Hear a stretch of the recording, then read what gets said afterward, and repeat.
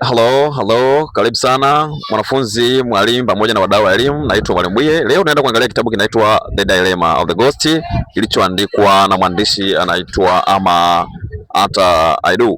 Nipo na wanafunzi hapa, ninaye Young Mad Philosopher Bwana Nasri Omari, ataongoza wenzake kama unavyowaona hapo. Tutajadili kama analysis na tukiangalia wahusika, lakini pia tutaangalia dhamira kwa uchache na conflict kwenye hiki kitabu. Bwana Nasri, hebu jaribu kutuongoza kwenye mijadala hii tukianzia na wahusika.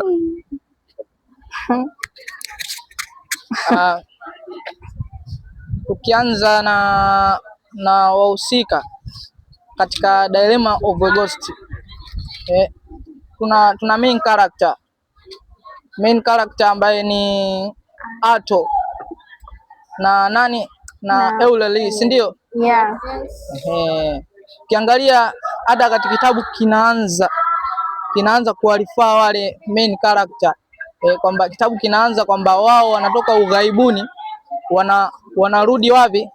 Wanarudi Afrika, si ndio? Yeah. Character wengine kuna Escom ni mama yake na Ato, si ndio? Yeah. Kuna Nana, si ndio? Yeah. Nana ni bibi yake nani? Bibi wa Ato. Bibi yake Ato, si ndio? Yeah. Tuanze kwanza kumwelezea Escom. Cha kwanza ni mama yake na Ato, si ndio? Kingine ni tunasema traditionalist, si ndio? Traditionalist kivipi?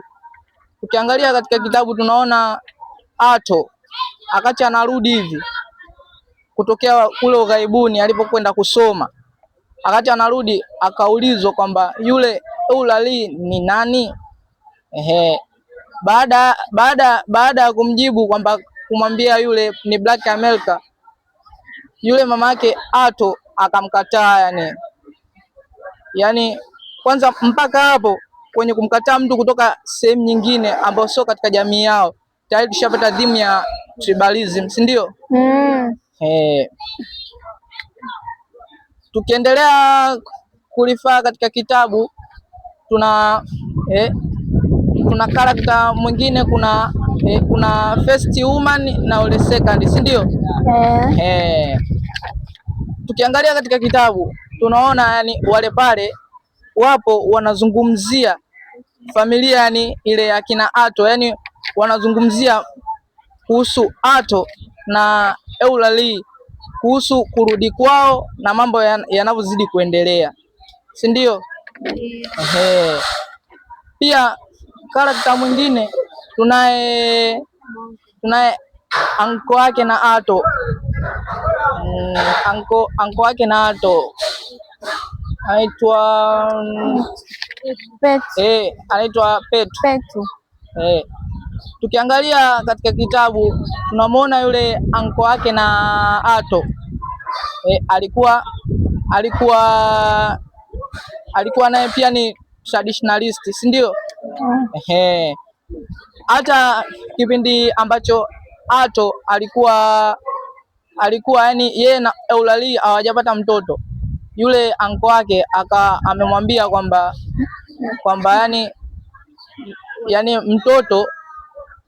mtoto hawawezi kuamua wao, kwamba Eulalie na Ato hawezi kuamua wao, mtoto anatolewa na gods na miungu ile pale, unaona?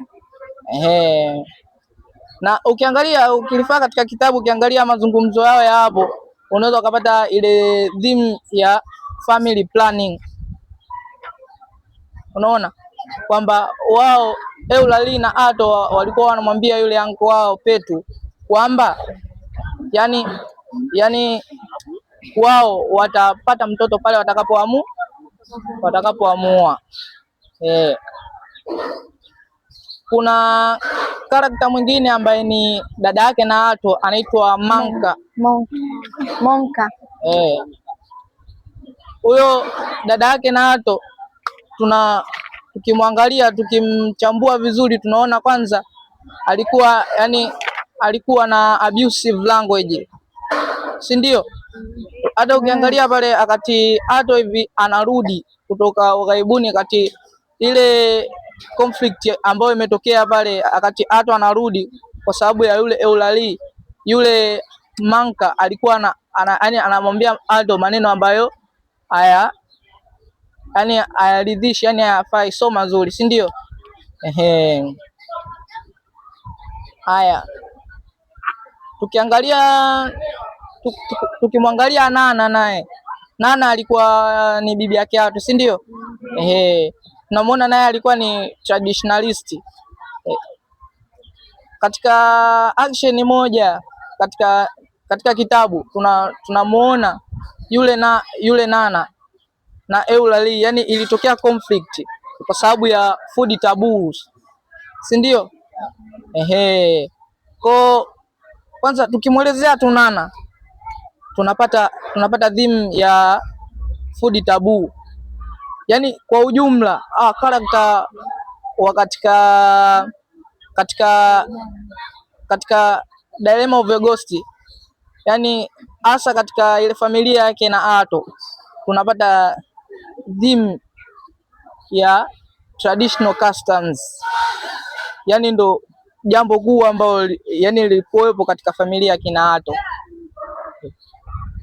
Haya, tukiendelea sasa, tukiachana na karakta nyingine, tukiendelea kumuelezea Ato kama Ato na Eulalie, wao baada ya kufika kule kwanza Ato alimdanganya Eulalie kwamba, yani alimwambia Eulalie kwamba wakifika Afrika maisha yatakuwa mazuri na nini, lakini bado walipofika Afrika haikutokea kama vile alivyomwambia. Yani hapo theme nyingine tunaiona ya betrayal, si ndio? Kwamba huyu Ato alienda kinyume na makubaliano yale ya yeye na Eulalie. Alafu tukiangalia pia tunamwona huyu Ato alikuwa ni wife beater tunasema, yani tukimwelezea Ato, tukimwangalia tunaipata theme nyingine ya wife beating, si ndio? Kwa nini sasa ilitokeaje mpaka kampiga Eulalie? Ilitokea hivi kwamba kulikuwa kuna tamasha lao la asili wanalita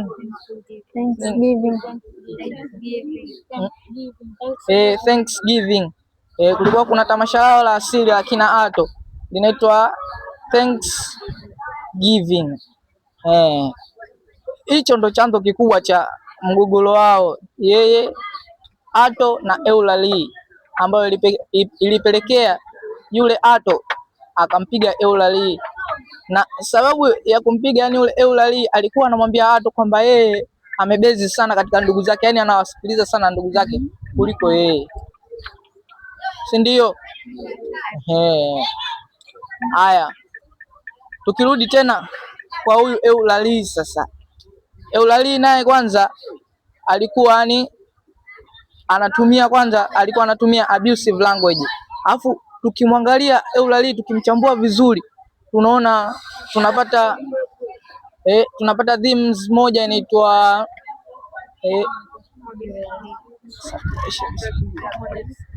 yani alikuwa ana matumizi mabaya ya fedha, extravagance. Alikuwa na ile matumizi mabaya ya mali ya fedha, yani yule Ato mali zake nyingi alikuwa akizipata zinaishia kule kwa Eulalie, akawa anamsahau mama yake ambaye alimsomesha, anategemea kwamba yule Ato atakuja atamsaidia baadaye, lakini kinyume chake Ato akawa anampa Eulalie. Kitu kingine tukimwangalia Eulalie tunamuona huyu kwanza alikuwa ni drunkard, yani alikuwa anatumia vilevi, pia alikuwa yani ana smoke cigarettes, alikuwa anavuta sigara. Yani kiufupi hawa Atto na Eulalie wameathiriwa na westernized culture, yani wao wameacha asili ya Mwafrika, wamefuata asili za yani wameenda kufuata mambo ambayo yani sio ya Mwafrika. Haya, by the way, yani mpaka hapo tumeelezea baadhi ya character ambao wametajwa katika kitabu na baadhi ya conflict ambazo zimetokea katika kitabu hiki. Asante.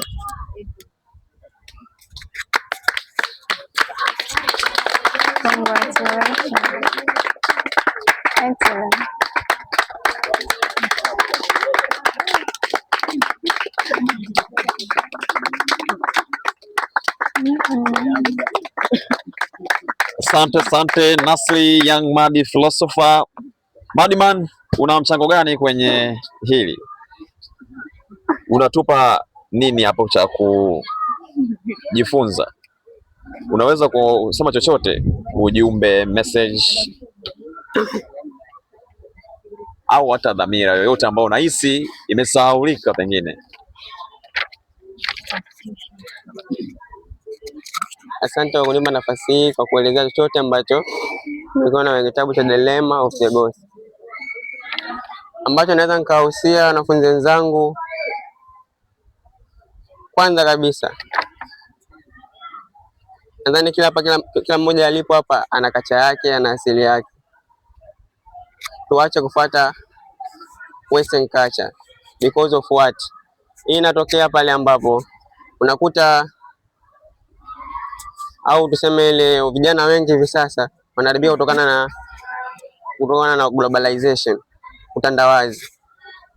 Simu hizo wanazomiliki, simu kubwa, hata mavazi wanayovaa nayo ni western culture. So tumesimama hapa kuintroduce au kuelezea kuhusiana kutofuata western culture, because it is not better in our daily life. Thank you.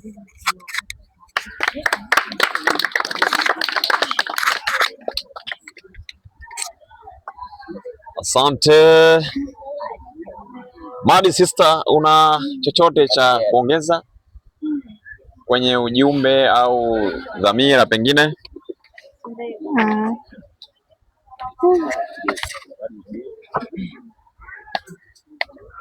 Asante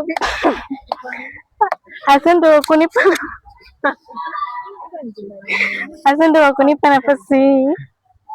Hapo dhamira nyingine ambayo mimi naona hajaisema nasi, au kama amesema basi amesema tu kwa juu, hajaelezea, ni superstition. Tunaona kwamba Eskom ambaye alikuwa ni mama yake Atto alikuwa na believe sana kwenye superstition. Kwa hiyo hapo ikampelekea mwanae Atto asiwe na maamuzi yake binafsi, kwa sababu zile pale alikuwa naamini sana zile imani zile za potofu zile.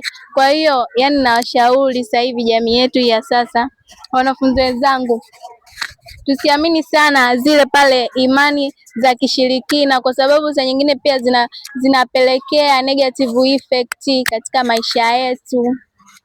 Hivyo. Asante. Nani mwingine ana kuongeza, ambaye ana cha kuongeza kabla hatujafunga kipindi?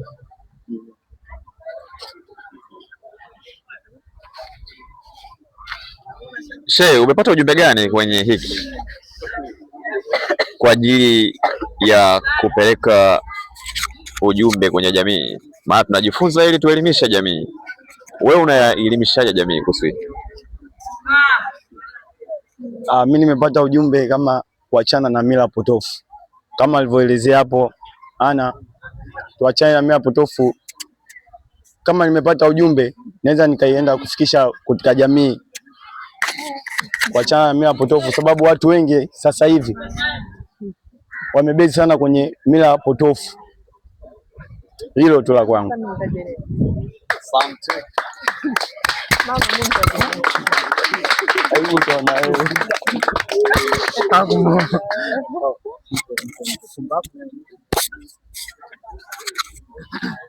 Asante. Asante sana Muhammad Shehe. Huyu ni shehe wetu bwana. Darasa kuna shehe, kuna mapadri pia, kuna mamasi, kuna mapasta, kuna watu wa Mungu wengine, kuna na watu wengi hapo, watu wa dini. Tunashukuru kuna manohera, kuna wenye pesa pia na watu wengi sana. Kuna vijambo. Sasa hapa kuna huyu anajiita Little Man. Ngoja tumsikilize kidogo.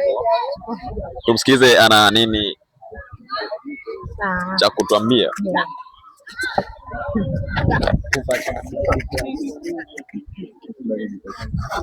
Kwa mimi asante kwa kupata nafasi hii. Kwa mimi nilichopata hapo mwenzetu Nasiri, kuna dhamira ambayo mimi hapa niliiona kwenye kitabu tulivyosoma. Kuna ile dhamira ya bride price, pale ambapo mama Keato alipokuwa na uzambuzi ili apate mahali ya kumwozesha Ato, ya kumpa yule pale binti ambaye alikuwa Ato analazimishwa kuolewa naye. Alafu hapo nimepata dhamira nyingine ambayo ni forced marriage. Ato alikuwa analazimishwa amoe yule mdada ambaye alikuwa ashaandaliwa na wazazi wake. Asanteni.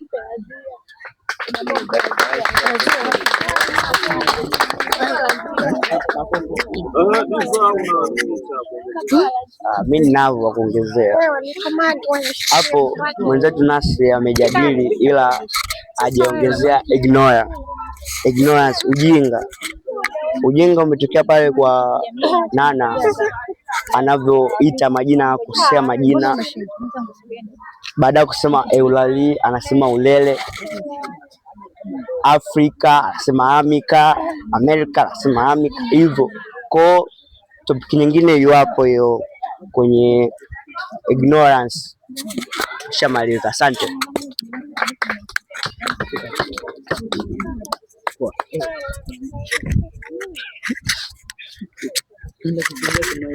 Mimi ningependa kuongezea kwa kusema kwamba tuachane na issue ya wife beating, kwa sababu inaweza ikaleta migogoro katika familia zetu. Katika play ya Dilemma of the Ghost tumeona Ato akimpiga Eulalie kwa sababu alikataa kwenda katika thank you giving. Ni hivyo tu.